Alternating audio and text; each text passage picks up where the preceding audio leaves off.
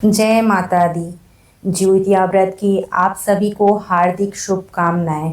आपके जीवन में यूं ही संतान सुख बना रहे। जितिया व्रत माताएं अपने संतान की लंबी आयु व खुशहाली के लिए करती हैं। इसे जीवित पुत्रिका व्रत भी कहा जाता है। इस व्रत को निर्जरा रखा जाता है। यह व्रत बहुत ही कठिन होता है। इसे जीवित पुत्रिका व्रत भी कहा जाता है। इस साल जीवित पुत्रिका व्रत 14 सितंबर 2025 को है। आइए अब हम सब मिलकर जीवित पुत्रिका व्रत की कथा सुनते हैं। जीवित पुत्रिका व्रत की कथा। एक बार नैमिषारण्य के निवासी ऋषियों ने संसार के कल्याण के लिए सूत जी से पूछा, हे सूत, कराल कलिकाल में लोगों के बालक किस तरह दीर्घायु होंगे, सो कहिए। सूत जी बोले, जब द्वापर का अंत और कलयुग का आरंभ था, उसी समय बहुत सी शोकाकुल स्त्रियों ने आपस में सलाह की कि क्या इस कली में माता के जीवित रहते पुत्र मर जाएंगे। जब वे आपस में कुछ निर्णय नहीं कर सकी, तब गौतम जी के पास पूछने के लिए गई। जब उनके पास पहुंची तो उस समय गौतम जी आनंद के साथ बैठे थे। उनके सामने जाकर उन्होंने मस्तक झुकाकर प्रणाम किया। तदंतर स्त्रियों ने पूछा, हे प्रभु, इस कलयुग में लोगों के पुत्र किस तरह जीवित रहेंगे। इसके लिए कोई व्रत या तप हो तो कृपया करके बतलाइए। इस तरह उनकी बात सुनकर गौतम जी बोले, आपसे मैं वही बात कहूँगा जो मैंने पहले से सुन रखा है। गौतम जी ने कहा, जब महाभारत युद्ध का अंत हो गया और द्रोण पुत्र अश्वत्थामा के द्वारा अपने बेटे को मरा देखकर सब पांडव बड़े दुखी हुए, तो पुत्र के शोक से व्याकुल होकर द्रौपदी अपनी सखियों के साथ ब्राह्मण श्रेष्ठ धौम्य के पास गई और उसने धौम्य से कहा, हे विप्रदेव, कौन सा उपाय करने से बच्चे दीर्घायु हो सकते हैं, कृपया करके ठीक ठीक कहिए।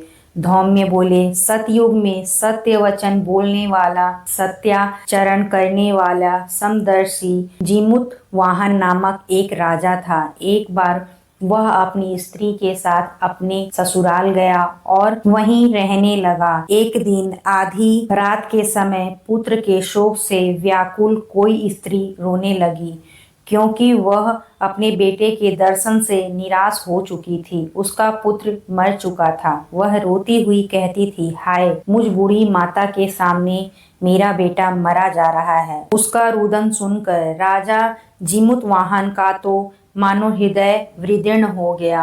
वह तत्काल उस स्त्री के पास गया और उससे पूछा, तुम्हारा बेटा कैसे मरा है। बूढ़ी ने कहा, गरुड़ प्रतिदिन आकर गांव के लड़के को खा जाता है। इस पर दयालु राजा ने कहा, माता, अब तुम रो मत, आनंद से बैठो, मैं तुम्हारे बच्चे को बचाने का यत्न करता हूँ। ऐसा कहकर राजा उस स्थान पर गया जहाँ गरुड़ आकर प्रतिदिन मांस खाया करता था। उसी समय गरुड़ भी उस पर टूट पड़ा और मांस खाने लगा। जब अतिशय तेजस्वी गरुड़ ने राजा का बायां अंग खा लिया, तब झटपट राजा ने अपना दाहिना अंग फेर कर गरुड़ के सामने कर दिया। यह देखकर गरुड़ जी ने कहा, तुम कोई देवता हो, कौन हो? तुम मनुष्य तो नहीं जान पड़ते। अच्छा, अपना जन्म और कुल बताओ।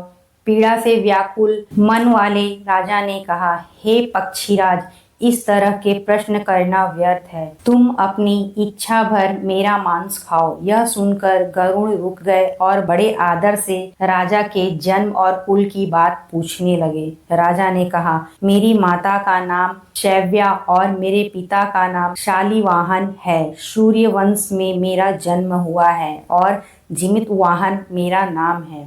राजा की दयालुता देखकर गरुड़ ने कहा, हे महाभाग, तुम्हारे मन में जो अभिलाषा हो वह वर मांगो। राजा ने कहा, हे पक्षीराज, यदि आप मुझे वर दे रहे हैं तो वर दीजिए कि आपने अब तक जिन प्राणियों को खाया है वे सब जीवित हो जाएं। हे स्वामी, अब से आप यहाँ बालकों को ना खाएं और कोई ऐसा उपाय करें कि जहाँ जो उत्पन्न हो वे लोग बहुत दिनों तक जीवित रहें। धौम्य ने कहा कि पक्षीराज गरुड़ राजा को वरदान देकर स्वयं अमृत के लिए नागलोक चले।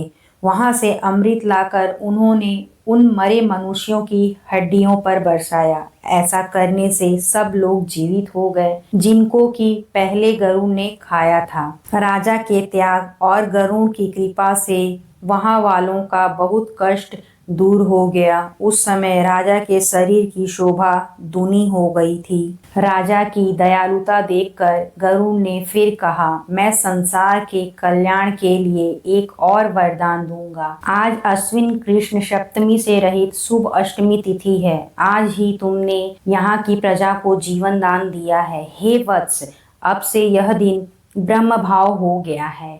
जो मूर्ति भेद से विविध नामों से विख्यात है, वही त्रिलोक्य से पूजित दुर्गा अमृत प्राप्त करने के अर्थ में जीवित पुत्रिका कहलाई है।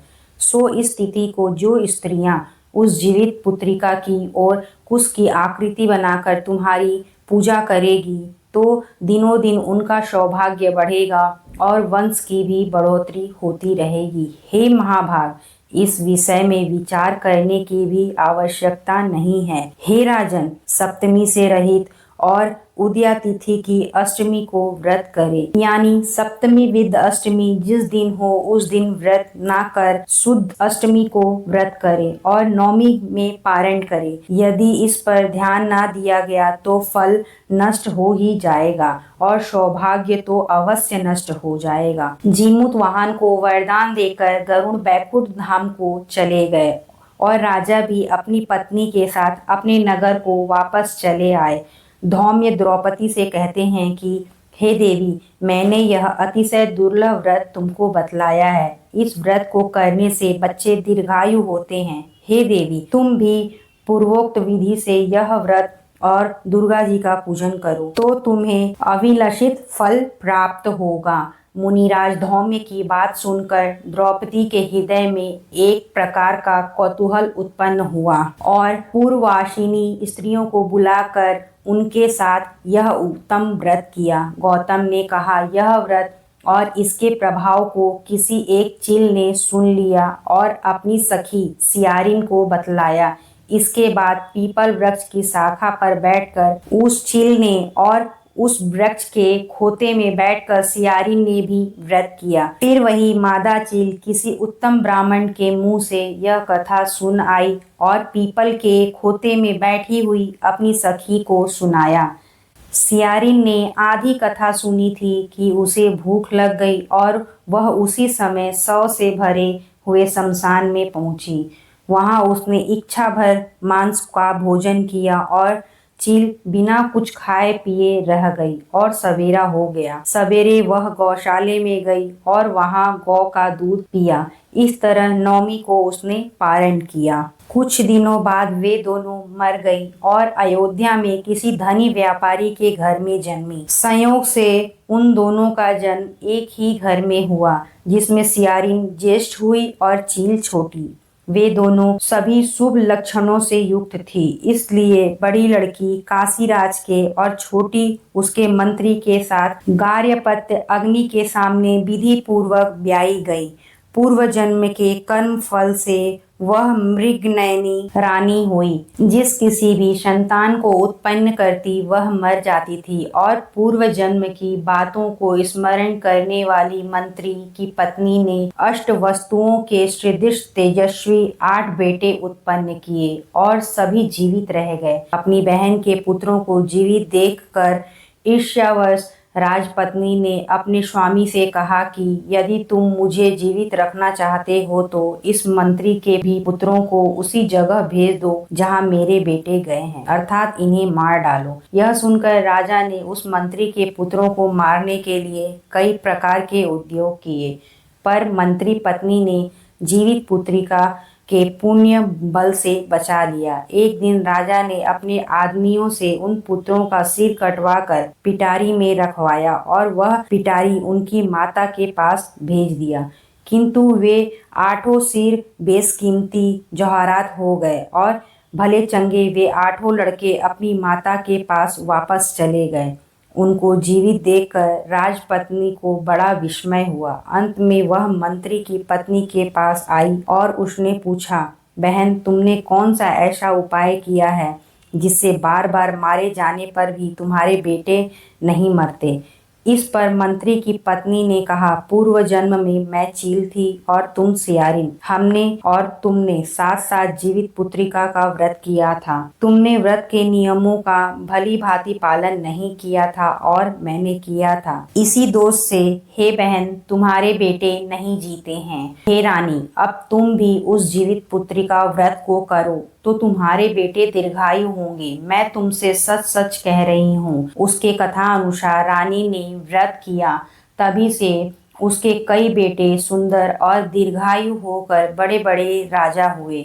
सूत जी कहते हैं कि सब प्रकार का आनंद देने वाला मैंने यह दिव्य व्रत बतलाया। स्त्रियां चिरंजीवी संतान चाहती हो तो विधि पूर्वक यह व्रत करे। बोलो जीवित पुत्रिका माता की जय।